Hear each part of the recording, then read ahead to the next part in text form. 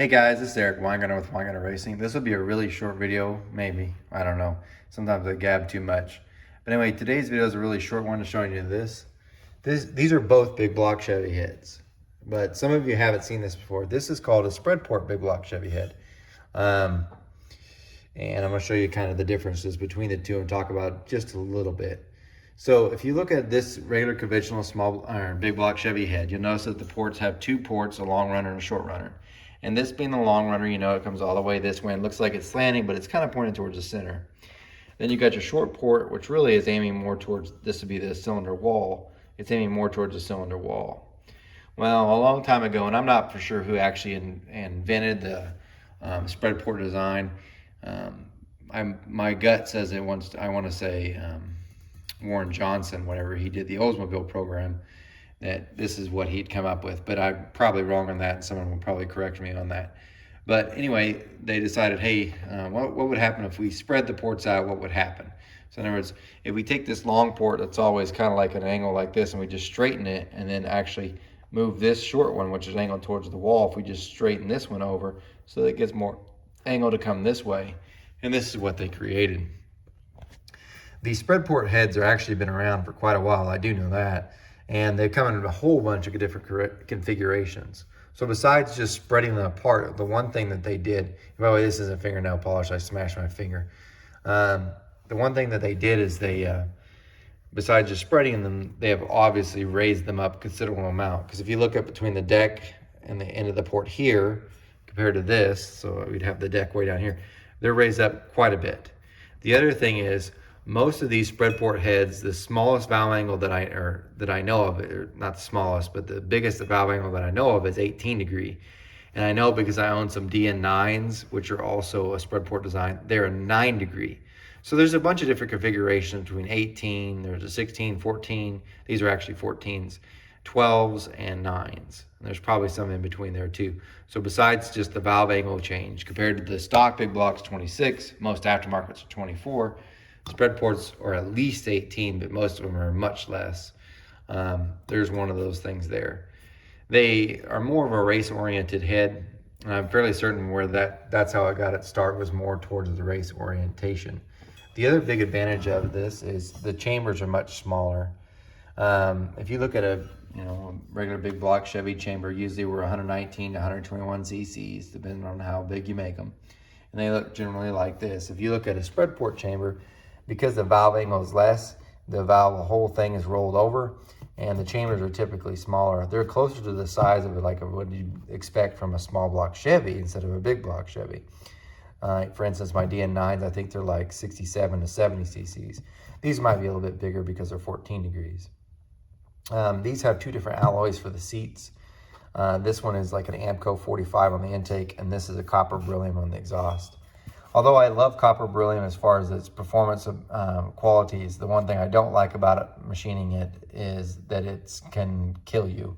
The beryllium in that copper is pretty deadly and bad stuff. Although it's perfect use for race applications, it's not the best to machine for your health. But no doubt it's definitely better for racing. The other thing is it's pretty expensive. That seat alone is probably like 55 bucks, but with inflation and everything, who knows what it might be tomorrow. Anyway, those are kind of the general points of the head. I'll show you some of the other stuff if you can kind of see, and I'm trying not to mess things up too much. I'm getting ready to flow it. But you can tell they're big. Most spread port heads are usually on bigger cubic inch engines or a smaller engine that turn a lot of RPM. So you're not going to find these on a 496, one, because they probably won't fit anyway. And two, these are not made for that.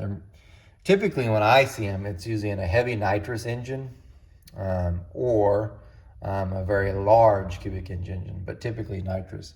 You can see a head bolt hole there on that port, and they're throughout. The exhaust ports are that way too, and I'll show you more when I put them up on the bench. Get ready to flow it and see how much actual air it actually moves, and I'll share that with you. Here's a better view of the head, and maybe a better image anyway. It's up on the flow bench. I just got done flowing it. So just so you can get an idea, they also have more rocker arm bosses typically on the spread port heads because you have to run shaft rockers. You can't run stud mount. And I said before that you don't see these on a 496. It's not that you can't, It's just that most people that invest this much money in these set of heads don't use a stock block.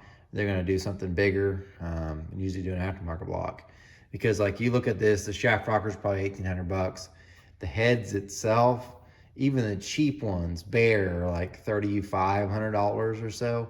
So they're pretty expensive. Then you almost have to run titanium valves too, because the length on the valves is something like 6.5 inches long. So if you did it in steel, it's so heavy, it's very hard to keep the valve train control. So that adds up more cost. So when you're into these heads, typically you're into them for like $6,500 to $9,500, depending on how crazy the head is. So like a DN9 is closer to $9,500. If you had to say you did a Big Duke or Big Chief and it was 18 degree, you could probably pick those up a little bit cheaper. But still, once you get the other stuff, you're into them quite a bit. Here's the exhaust ports. That's the other thing too. The exhaust ports are raised up pretty dramatically, which means if you've got headers that fit your car, they probably won't work with this. They're just up too high. So as you can see, you don't really see as many of these. Well, I don't see as many, because if you look at the more common stuff, it'd be the big block Chevy stuff, 24 degree standard port stuff. You might see some SR20s or BRXs, but this stuff takes way more things to use and it costs way more money, so I don't see as many. But where you typically see these heads are like, and at least I've seen them, is bigger nitrous engines. And I'll show you the phone numbers in a minute. This one's so old that really, I think it was made by Dart, but if you notice, this is olds. So, but yeah, it's a big block Chevy head. Now, they also, I didn't mention this, but they come in a couple of configurations. This one has me square, but they also have an oval port. And that's the, square is probably the more common one you'll see, but the oval port's really the better one. And I can't tell, because someone hand ported this one.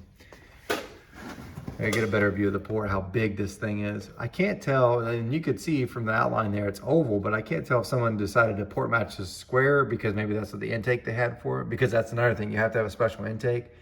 And before COVID, the cheapest intakes for these were like $700. They're probably like $1,100 now. So yeah, you get the idea there. But anyway, they come in an oval configuration too, and you see why you have to have a different intake. Anyway, besides the spread port, the water's in a different spot. But how much they actually flow. Now, before I show you the flow numbers, I should also mention this is a smaller valve version. So yeah, it's a 14 degree and stuff, but it's only got a 2.420 intake valve and a 188 exhaust valve. So just to give you an idea, the DN9s that I have, they'll be a 2.520, and then I think they're 1.850 on exhaust. So you could have a bigger intake valve than this for sure. This is just a smaller version, so 2.420. Which is like a smaller version, the port's big. Yeah, I mean, you can have a bigger valve. But anyway, let's take a look at the numbers. Okay. Ignore what it says, and I'm bringing my pointer cursor here. Ignore that. I just haven't changed any of this stuff yet. This is, you input this, but the flow numbers are all from being recorded. So these are actually accurate. Now this is the long port. So if you look, the low lift numbers are outstanding. I'm not talking here. Anybody that cares about 1 and 2, you're lost. The numbers really care more about is 4, 6, and 1. That's me anyway. If you look at 400, 325, that's a really strong number. 600's 440, that's a pretty good number. Peak's 507, which I should point out, that doesn't flow as good as like my ported BRX as far as peak number goes. I think I've done like 512 on the Sains bench. So peak numbers, other heads will for sure beat it. And the BRX is actually kind of considered a conventional head, but the low lift numbers are pretty strong. I mean, they really are. Now, here's the thing. See this graph here? I want you to look at this. This right here, these lines you see here are the intake flow. And you can see there's a little bit of difference here. That's the difference between the long runner and the short runner as far as flow. And it looks like, man, they're really far off. These are much closer than a normal head. Normal heads, like the standard ones, will be off like almost 20. These aren't near as much, because if you look at it, there's the short port number. So yeah, it flows peak at 495, so it's down maybe 10. But on average, usually just a conventional head's down like 20. If you look at the low lift numbers, they're pretty much matching, which kind of what the graph shows. Now the exhaust flow, remember I flow this without an exhaust pipe. They're outstanding. 360 at peak, which is pretty good. And then 212 at 4 looks low, but that's also 55 degrees C, but man, it really gets after it. And you can kind of tell from the chart here, the graph, it's slow going, but man, it gets going right through, you know what I mean? So that's probably the 55 degrees C, but the port's also pretty big. Nice port. So this thing will make quite a bit of power. These are known for making power, but just thought I'd show you that, give you something to look at and think about. So anyway, you guys take care.